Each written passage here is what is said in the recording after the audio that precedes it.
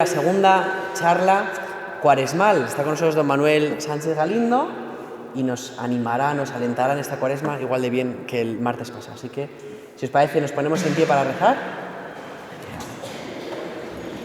Dios te salve María, llena eres de gracia. El Señor es contigo. Bendita tú eres entre todas las mujeres y bendito es el fruto de tu vientre, Jesús. Santa María, Madre de Dios, ruega por nosotros, pecadores, ahora y en la hora de nuestra muerte. Amén. Sagrado Corazón de Jesús. Bueno, pues el tema de hoy, el tema de la charla, de esta charla, segunda charla cuaresmal, es la esperanza, que, bueno, pues es la segunda de las virtudes teologales y que está muy unida a aquella de la que hablábamos la semana pasada, que es la fe, que recordamos que es la luz de Dios que ilumina nuestra vida hacia la plenitud, ¿no? Hacia ese cielo, ¿no? La luz que nace de un encuentro con Dios, que es un encuentro con Dios en Jesucristo. Porque nos hemos encontrado con Jesucristo, pues hemos podido conocer el amor de Dios, ¿no? Que da sentido y que ilumina nuestro camino, ¿no? El camino humano. Bueno, el caso es que la cuestión es que sin fe, pues en realidad no hay verdadera esperanza, ¿no? Por eso está tan unida la esperanza a la fe. La esperanza cristiana, bueno, pues es la promesa de un destino que no es otro que la unión con Dios. La promesa de un destino que no es otro que la unión con Dios. El cielo, en definitiva. Eso es la esperanza cristiana. Por eso, lo primero, bueno, porque muchas veces se habla de la esperanza, bueno, pues como algo muy natural, ¿no? La esperanza de la que vamos a hablar es una esperanza sobrenatural, ¿no? Entonces, lo primero, pues es distinguirlo de ello, ¿no? O sea, que hay que distinguir de esta esperanza cristiana de la que queremos hablar, pues hay que distinguirlo de esa otra esperanza natural que es como un optimismo, sencillamente, ¿no? Un mero optimismo que pues hay gente que tiene un temperamento que es muy optimista, ¿no? Que tiene como muy buena disposición frente a todo, ¿no? Pues existen personas que, a lo mejor también nosotros, pues es un optimismo natural, ¿no? Del temperamento y que es como una cualidad pues psicológica. Uno es un optimismo frente a las cosas que uno pues no se desanima. Que las cosas salen mal, pues uno no se desanima. Es una cualidad en realidad muy bonita y muy útil para la vida, pues porque pues frente a las angustias que pueda traer la vida, pues uno es optimista de modo natural, sencillamente no se desanima y sigue adelante con las cosas, ¿no? Pero esto es una esperanza como muy natural, que se encuentra, bueno, pues se puede encontrar en todo tipo de personas. Es verdad, ¿no? ¿Quién no se alegra? ¿Quién no se regocija ante la alegría o la confianza que irradia una persona, ¿no? Cuando una persona es optimista, pues, oye, es que merece la pena, ¿no? Tener gente alrededor que tiene este optimismo, ¿no? Frente a las cosas. Hoy día, las nuevas generaciones podríamos decir que a lo mejor, esto es una percepción, a lo mejor porque son un poquito más flojitas, pues les falta este optimismo, ¿no? Pues es lo típico, la típica imagen de los niños que rápidamente se desaniman frente a la dificultad, ¿no? O sea, ¿pero qué les falta? Una esperanza natural, o sea, un optimismo, un no venirse abajo, ¿no? Pero eso es la esperanza natural, ¿no? Nosotros queremos hablar de otra, ¿no? Esa disposición natural del temperamento es maravillosa y nos puede ayudar a crecer en la esperanza cristiana, pero no es lo mismo, son cosas distintas, ¿no? En una ocasión me contaba una persona mayor que quedaba con sus nietos, ¿no? Además quedaba con ellos uno a uno y quedaba con ellos pues sencillamente para ver qué tal les iba, ¿no? Quedaba a comer con cada uno de ellos, qué tal les iba y en cuanto podía les hablaba de Dios, ¿no? Les hablaba de Dios, les hablaba de la fe, les hablaba del ir a misa. Él me decía, yo sé que pasan de mí, ¿no? Pero él tenía pues esa disposición natural de no desanimarse, ¿no? ¿Por qué? Porque sabía que tenía una noticia muy grande que contar y se la contaba a quien más quería, que eran sus nietos, ¿no? Y el caso es que digo que esa esperanza natural se puede unir a esa esperanza sobrenatural porque él era consciente, ¿no? Ya falleció, pero él era muy consciente de que Dios da sus dones permanentemente, ¿no? Dios da sus dones, ¿no? Él conoció el amor de Dios, conoció a Jesucristo y él era consciente de que Dios da sus dones. Esa es la esperanza sobrenatural. Vivir esperando los dones de Dios. Y aunque él era consciente de que, bueno, pues sus nietos no estaban a lo mejor en disposición de escucharle, le trataban con cariño, le escuchaban, pues porque eran nietos pues muy bien educados y querían a su abuelo, pero él tenía la profunda esperanza de, como Dios siempre da sus dones, Dios utilizaría alguna vez todo ese cariño, todo ese tiempo dedicado hacia sus nietos, lo utilizaría para tocar el corazón de sus nietos, ¿no? Aquí podríamos ver, pues en esta persona, que pues como ese optimismo natural, esa esperanza natural, le servía de base para vivir también más profundamente la esperanza sobrenatural, que era lo que a él le movía, el tener la conciencia de que Dios da sus dones, que los da en esta vida y los dará en plenitud en el cielo, y eso era lo que a él le movía. Bueno, el caso es que también hay veces, ¿no?, que cuando uno no busca un fin claro en su vida, si uno no busca un fin claro en su vida, si uno no aspira a cosas buenas, pues ese optimismo natural en realidad es pura fachada.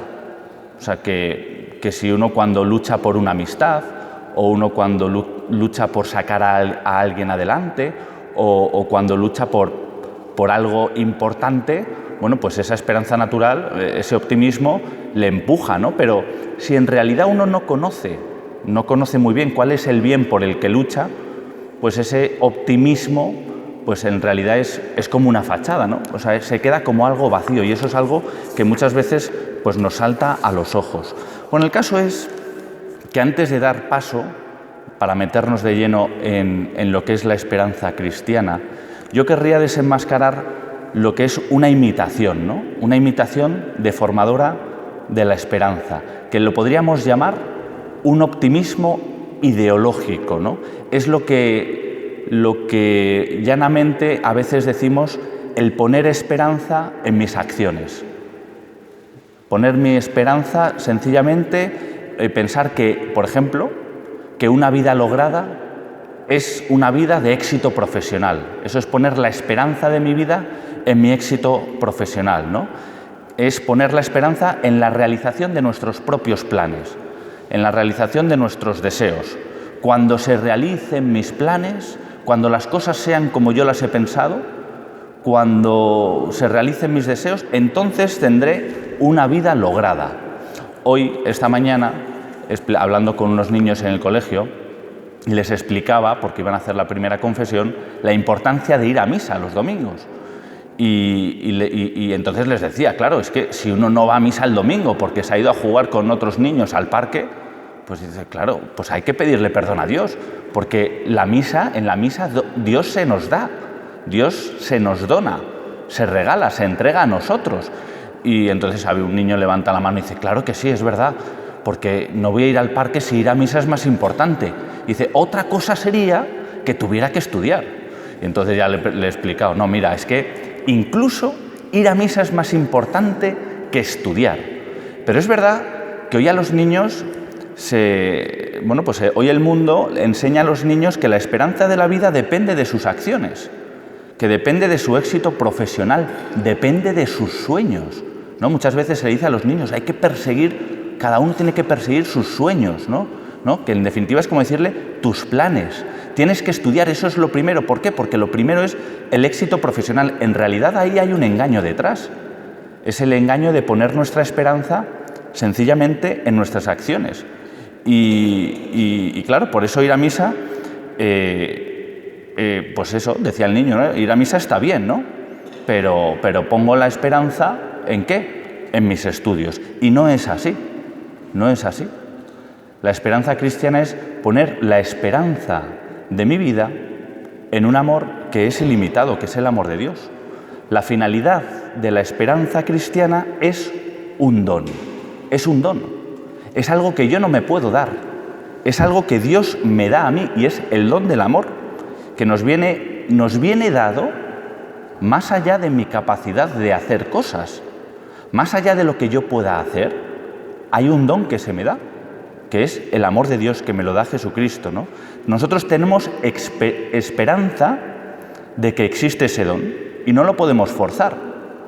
Que nosotros hemos sido amados por Dios, somos amados por Dios, es algo que no podemos forzar, es algo que se nos da, ¿no? Y fijaos que es la cosa más esencial para la vida del hombre. Eso es la esperanza cristiana. El que tiene la certeza de que la cosa más esencial de su vida es lo que recibe de Dios. ¿Y cuál es la garantía?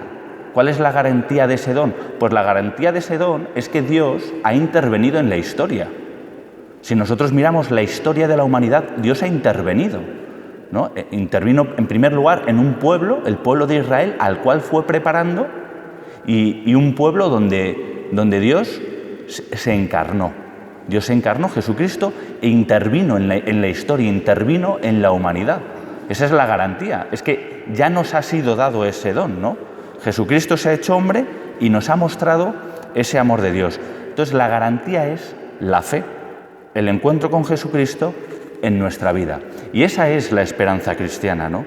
Un ejemplo de la falsa esperanza, de esa esperanza que podríamos llamar ese optimismo ideológico, es, a alguno le sonará, la llamada teología de la liberación, ¿no? La teología de la liberación que en realidad, pues, ¿qué buscaba la teología de la liberación? Pues lo que busca la Iglesia, que es hacer presente el reino de Dios. Pero claro, esa teología de la liberación, al final, lo que pretendía o lo que pretende es hacer esa implantación del reino de Dios, bueno, que lo considera que depende única y exclusivamente de las acciones del hombre. Y al final, ¿qué es lo que consigue? Bueno, pues que acaba por reducir el reino de Dios a una sencilla justicia social. Sencillamente, hacer justicia social.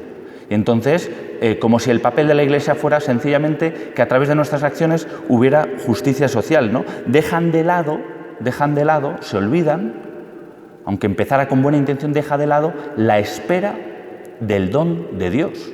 La espera del don de Dios. Y eso, claro, ¿qué trae como consecuencia? Pues que si uno no espera el don de Dios, bueno, pues por ejemplo, pues el sacerdocio deja de ser importante. El sacerdocio es un don que Dios da a su Iglesia, consagrando hombres para que se configuren con Cristo pastor y hacen presente el don al mismo Cristo en la Eucaristía, hacen presente a Cristo en los sacramentos, ¿no? Bueno, pues así sucesivamente. Entonces, claro, si lo importante es la justicia social, pues el ir a misa, porque la Eucaristía alimenta el alma, pero no alimenta el cuerpo, ¿no? Eso es lo que sería un optimismo ideológico, ¿no? Es un ejemplo, ¿no? De cuando a veces la Iglesia se ha equivocado o a veces los hombres, los cristianos nos hemos equivocado y hemos puesto la esperanza sencillamente en nuestras acciones y no en el hecho de esperar el don de Dios. Muchas veces, y hoy más, se oye hablar del hecho de que la Iglesia se tiene que modernizar, ¿no? La Iglesia se tiene que modernizar y bueno, pues para que haya más fieles, la Iglesia se tiene que actualizar, ¿no? Y parece que cuando se dice eso, lo que la Iglesia tiene que hacer es como actualizar la doctrina, ¿no? Como tiene que cambiar algunas cosas de la doctrina, porque si no, pues la gente no lo va a entender. Y es el mismo error. Es el error de pensar que la esperanza está en las acciones humanas, en las ideas humanas, en vez de, por el contrario, poner la esperanza en el don de Dios, es decir, en seguir siendo fieles a la doctrina de Jesucristo, que es, de hecho, lo que la Iglesia viene anunciando desde que Jesucristo pues, nos reveló la fe. Ese es el error, ¿no? En vez de poner la esperanza en el don de Dios, ponemos la esperanza en nuestras acciones, ¿no? O sea, que la verdadera esperanza cristiana buscará, en todo caso, ser más fiel a Cristo, ser más fiel a la doctrina, ser más fiel a los sacramentos, ser más fiel, en definitiva, a la Iglesia, ¿no?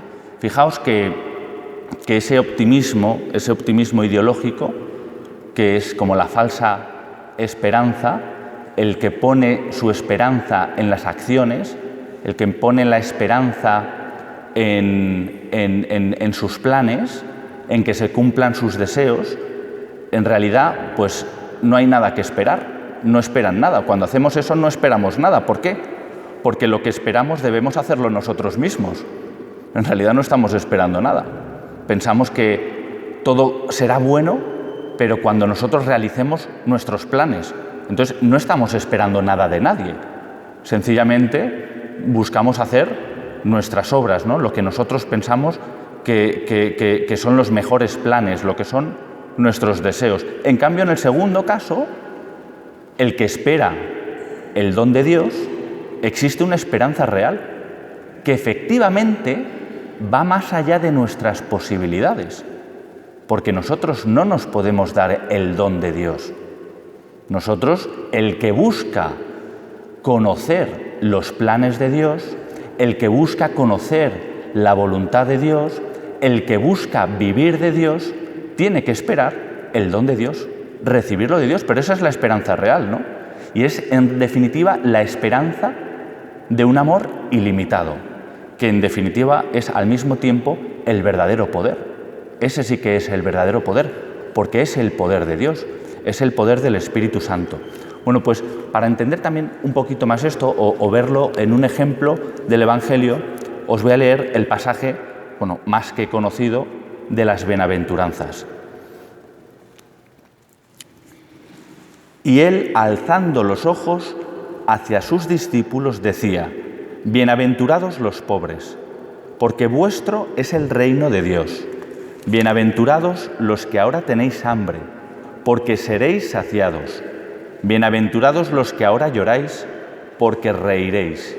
Bienaventurados seréis cuando los hombres os odien y os expulsen, os insulten y proscriban vuestro nombre como maldito por causa del Hijo de Dios. Alegraos ese día y saltad de gozo, porque vuestra recompensa será grande en el cielo. De este modo se comportaban sus padres con los profetas. Bueno, pues fijaos, ¿no? Empezando por la primera bienaventuranza. Bienaventurados los pobres de espíritu. ¿Por qué?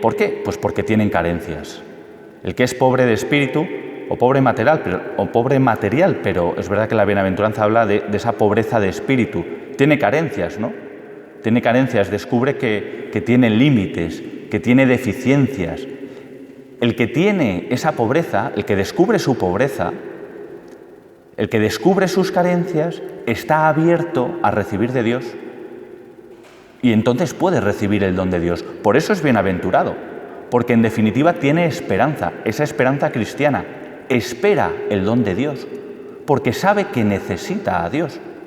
Por el contrario, el que lo tiene todo, o el que cree tenerlo todo, pues porque la vida le sonríe, porque todo lo que tenía en mente, sus planes profesionales, sus planes sociales, sus planes de ocio, pues todo le sale redondo, porque esa vida de bienestar que muchas veces el mundo nos invita a vivir como si fuese lo más alto que podemos alcanzar como personas, pues le va fenomenal. Entonces, no experimenta ninguna carencia. En realidad, no experimenta tener necesidad de nada. No espera que Dios le pueda dar algo. No espera poder recibir los dones de Dios. Le falta la esperanza cristiana, que efectivamente más tarde le supondrá una frustración, porque el hombre está hecho para Dios. El hombre no está hecho para el éxito profesional, el hombre no está hecho para la comodidad, el hombre no está hecho... Ojo, no digo que estas cosas sean malas, ¿no? Luego hablaremos de eso, ¿no? La verdadera esperanza de nuestra vida está en el don de Dios, ¿no? O bienaventurados los que sufren, porque en definitiva todas las bienaventuranzas van a eso, ¿no? Bienaventurados los que sufren, ¿no? Y bienaventurados los que sufren es paradójico, ¿no? Porque de ellos será el reino de Dios, ¿no? Porque ellos verán a Dios. Entonces, bienaventurados los que sufren, ¿por qué? Porque el que sufre, en primer lugar, se le anuncia una particular cercanía de Dios y de su reino. Eso es así. Eso es el Evangelio. Eso es el mensaje de Jesucristo. El que sufre se le anuncia una particular cercanía de Dios y su reino en esta vida, en el sufrimiento, ¿sí? O sea que en el espacio del dolor y de la aflicción, Dios y su reino están particularmente cerca del que sufre. Por eso es bienaventurado. No es bienaventurado porque sufra, sino porque en el sufrimiento ocurre una particular cercanía de Dios respecto del que sufre, ¿no? Cuando un hombre sufre y se lamenta, podemos decir que el corazón de Dios sufre y se lamenta. O sea que el lamento del hombre provoca el acercamiento de Dios, ¿no? El descender de Dios. En el dolor, en el lamento del hombre, el hombre que se lamenta por el dolor, Dios desciende para estar con él. Eso para empezar, eso es el primer motivo por el cual es bienaventurado el que sufre. Pero es que además, y esa es nuestra fe, la presencia de Dios aún escondida, porque a veces en esta vida la presencia de Dios que experimentamos y que vivimos, pero aún no dada en plenitud, aún escondida, llegará un día en que será plenamente manifiesta, ¿no? Eso es el cielo. Bienaventurado el que sufre porque Dios está más cerca de él que nunca, pero además bienaventurado porque de él será el reino de los cielos. Porque la justicia plena, esa paz eterna, ese bien, esa comunión que anhela su corazón, lo recibirá en el cielo. Eso es la esperanza cristiana. El que vive de cara a los dones que Dios le quiere dar, ya aquí en esta vida, pasando por la cercanía de Dios, como en la vida futura en el cielo. Por eso podemos decir que la virtud de la esperanza en su objeto, ¿no? La virtud de la esperanza es sobrenatural en su objeto. ¿Por qué? ¿Qué es lo que espera? ¿Cuál es la esperanza cristiana? La esperanza cristiana, esperamos a Dios. Eso es lo que esperamos.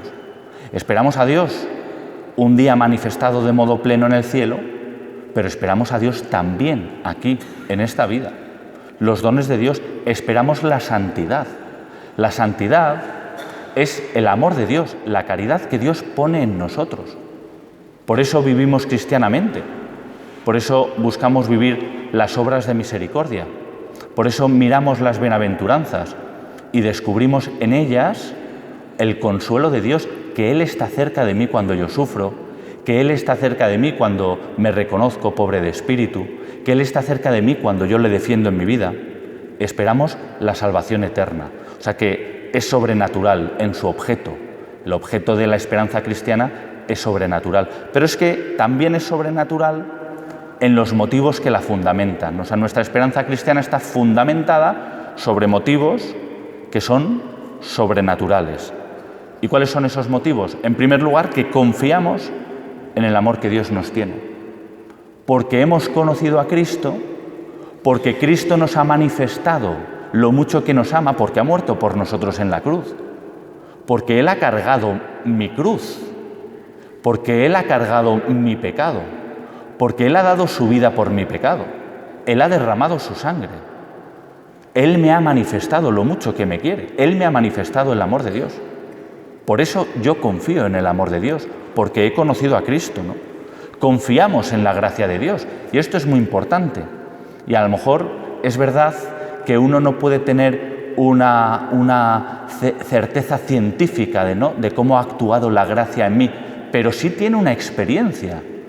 Cuando uno pasan los años, mira hacia atrás y descubre que cuando se ha fiado de la gracia le ha sostenido, la gracia le ha fortalecido, la gracia le ha iluminado, la gracia le ha dado una capacidad de aguantar, de querer, de vivir por y para los demás, de servir con un sentido sobrenatural. Claro, uno mira hacia atrás y dice, oye, es que la gracia a mí me ha transformado.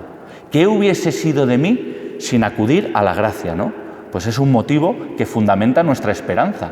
Y me parece que es importante, ¿no? A veces en la oración mirar hacia atrás en nuestra vida y hablar con Jesús y descubrir, anda Jesús, todo lo que has hecho en mi vida.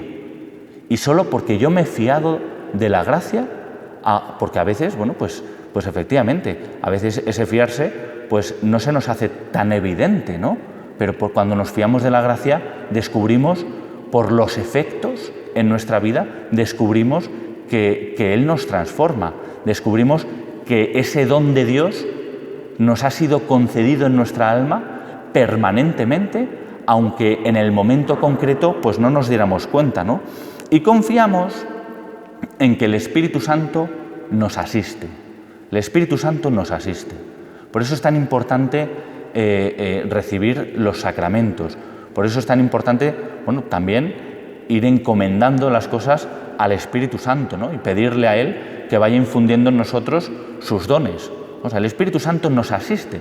Si acudimos a Él, el Espíritu Santo nos asistirá en todo aquello que nosotros le vayamos pidiendo, ¿no? Confiamos, en definitiva, en que la providencia de Dios nos cuida. Entonces, eso es un motivo que fundamenta nuestra esperanza. La providencia de Dios nos cuida. Y esto, efectivamente, es algo que a lo mejor en el momento de la dificultad, en el momento de la prueba, nos puede suponer, pues, nos puede extrañar. Dice, ¿y dónde está ahora la providencia? La providencia la descubrimos muchas veces por los efectos, ¿no? Como la acción de la gracia. Es decir, en la oración, cuando miramos nuestra vida y descubrimos en la presencia del Señor cómo Dios siempre nos ha ido cuidando. Aunque la vida nos haya traído dificultades, aunque la vida nos haya traído tribulaciones, nos haya traído dolores, como la providencia, cómo Dios nos iba cuidando, ¿no? Como a sus hijos pequeños, pues Dios iba velando por nosotros. Ya para terminar, quiero leer un punto del Catecismo, que es el 1818. Dice así: la virtud de la esperanza corresponde al anhelo de felicidad puesto por Dios en el corazón de todo hombre.